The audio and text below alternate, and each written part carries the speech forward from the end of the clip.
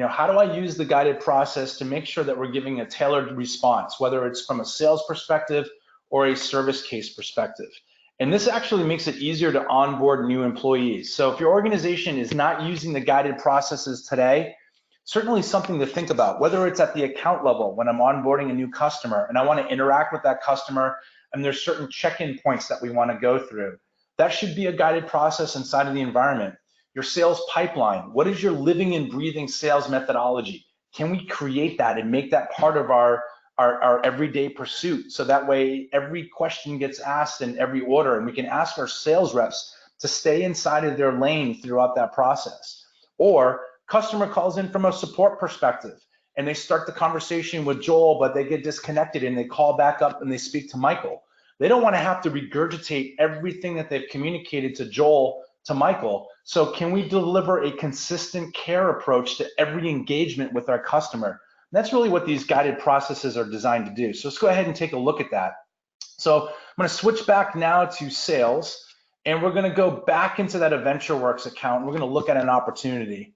And inside these opportunities, I've actually go ahead and set up a standard guided process that we can interact with. So I'm going to scroll down to this opportunity that exists here, and we're going to go ahead and open it. Now, the first thing you're going to see is it's a very consistent looking feel to the account screen and the contact screen that we drilled into, where we've got summary level information. I've got a timeline information, which is laser focused to this particular customer.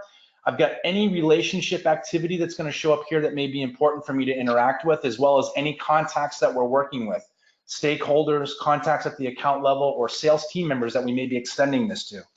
Now, the big added feature in here is this guided process. And if I go ahead and open the guided process, this becomes the sales methodology. At the qualify phase, Joel has to go through these tasks to fill out these necessary pieces of information. So for example, whatever I enter in here is going to enter the record down below. So if the purchase process is a committee decision, I go ahead and I update that. It's going to update the record down below. So again, I don't have to worry about updating two different systems. I can kind of stay within my swim lane. So I'm going to go ahead and just kind of fly this out to the right-hand side. And as I click from sales stage to sales stage, you're going to be able to see all the different things that I can interact with inside the environment and either mark as complete or handle. Now, these are 100% configurable. And there's something that you can do at a system admin level. So there's the ability to take your sales methodology, take your service care methodology, take your customer onboarding methodology, build out these guided processes. Now, for example, if you need to have a conditional guided process, meaning based off of how we qualify the customer, we may take different paths. We may be able to say, you know what, I don't need to do anything other than get them right to a proposal based off of something that they might have selected. You can skip stages, you can build conditional steps, and you can even drive workflow based off of anything that's filled out from a sales rep's perspective. The beautiful thing about this is that from a sales management goal, I don't have to spend a lot of time as a sales manager kind of understanding what Joel has done inside of these stages in order to get this deal to where it is today. I can actually come right to the close phase and see, all right, Joel's been working on this. And let's just say it's 28 days, not 28 months, because obviously I'm working with demo data. But say 28 days, Joel's actually, kind of built out the final proposal, but he hasn't presented it yet. Is there a scheduling issue? Is the customer pushing back? Or is Joel nervous about getting in front of the customer to do that final presentation? So as a manager, I can see this is where Joel left off, and here's how long he's been here.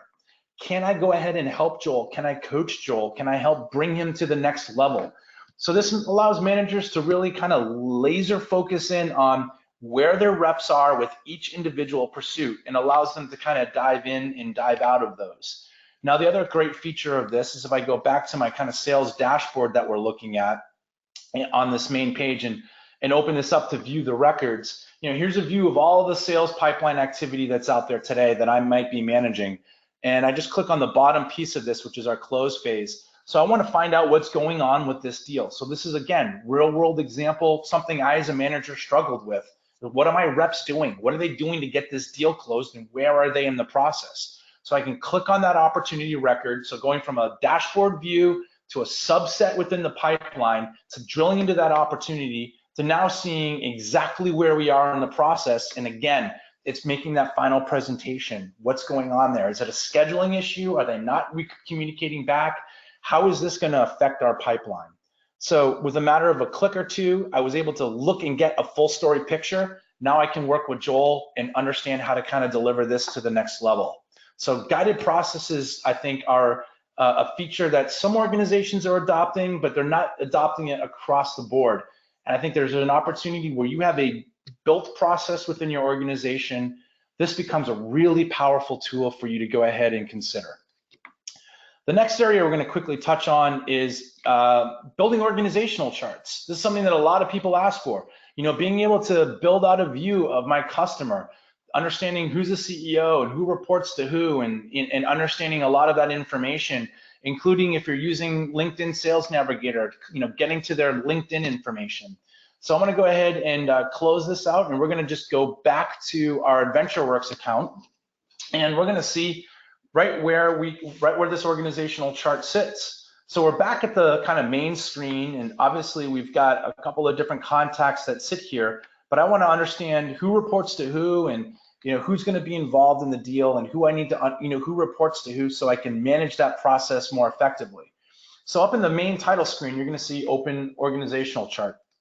And if I open that chart, this shows me the builder of how this all works. Now, obviously, you know, these are fictitious people, but you know, if I was connected to Roger's LinkedIn, or Ethan's LinkedIn, or even Kevin's LinkedIn, that information would show here, and I'd be able to interact with that.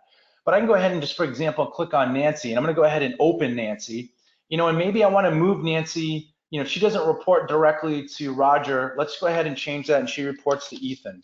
So it's going to do a quick search and say, okay, yeah, Ethan's the guy. I want to go ahead and save that, and it's going to change my organizational chart. So as I start to learn more about the organization, I'm going to be able to be presented with that information that I can interact with. As well as I mentioned before, if you're a full user of Sales LinkedIn Sales Navigator, you know, I've got that connection that's going to bring me right to her LinkedIn account, so I can see some additional information about her. So as I start adding in new users and adding in new contacts to this account, you can really start to build out that organizational hierarchy. Or if you're lucky enough in some sales pursuits, you know, the customer actually tells you this information.